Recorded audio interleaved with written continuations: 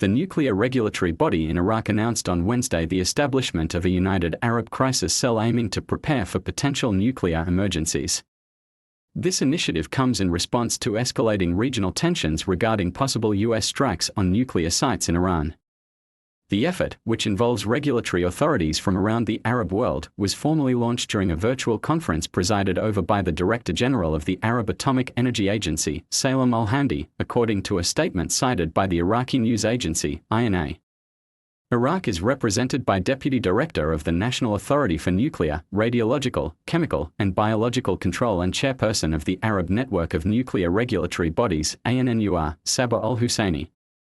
Officials from Jordan, Lebanon, Yemen, Kuwait, Libya, Bahrain, Tunisia, and Sudan attending the meeting decided to set up a regional operations center to allow immediate tracking and crisis communication. The initiative will provide prompt notification and coordination for any unusual radiation levels. The step follows concerns that Israel or the United States may strike Iranian nuclear facilities, which are less than 1,000 kilometers from Baghdad and even closer to major cities in the Kurdistan region of Iraq. The establishment of a United Arab Crisis Cell for nuclear emergencies has several indirect but potentially significant implications for the Iraqi Dinar, IQD. Here's how. 1. Increased geopolitical risk equals pressure on IQD stability. The creation of this crisis cell is a reaction to rising fears of military action targeting Iranian nuclear sites. If such strikes occur, they could provoke retaliation from Iran, potentially drawing Iraq, geographically and politically close, into regional instability. Disrupt vital trade, energy routes, and cross-border security, especially near Basra and the Kurdistan region. Investors and currency markets generally react negatively to perceived instability.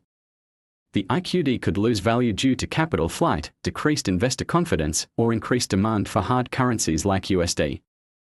2. Radiation threats near population centers. If Iranian nuclear sites are attacked and radiation spreads, Iraq could face humanitarian crises in its eastern cities. Costs for decontamination, emergency healthcare, and shelter for displaced people. These emergency responses would require diverting public funds, increasing pressure on Iraq's fiscal reserves and possibly its currency reserves, weakening the dinar. 3. Strain on regional oil and trade logistics. Iraq's oil exports could be affected.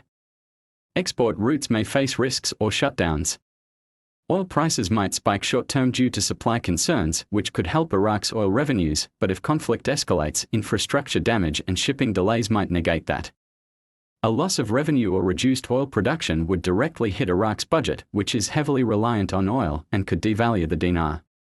4. Coordination with Arab states equals enhanced crisis preparedness. On a positive note, Iraq's active role in this regional effort signals institutional maturity and international cooperation. May improve Iraq's standing with foreign investors and Arab allies, creating a perception of stronger governance. This could mitigate currency panic in the event of a crisis and may protect the dinar from deeper volatility.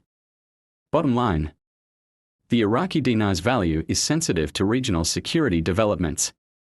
While the crisis cell itself doesn't directly affect the dinar, it highlights the increasing threat of regional conflict, especially one involving nuclear sites near Iraq. If these threats materialize, expect short to medium-term depreciation pressures on the IQD unless Iraq can stabilize oil revenues and maintain political calm.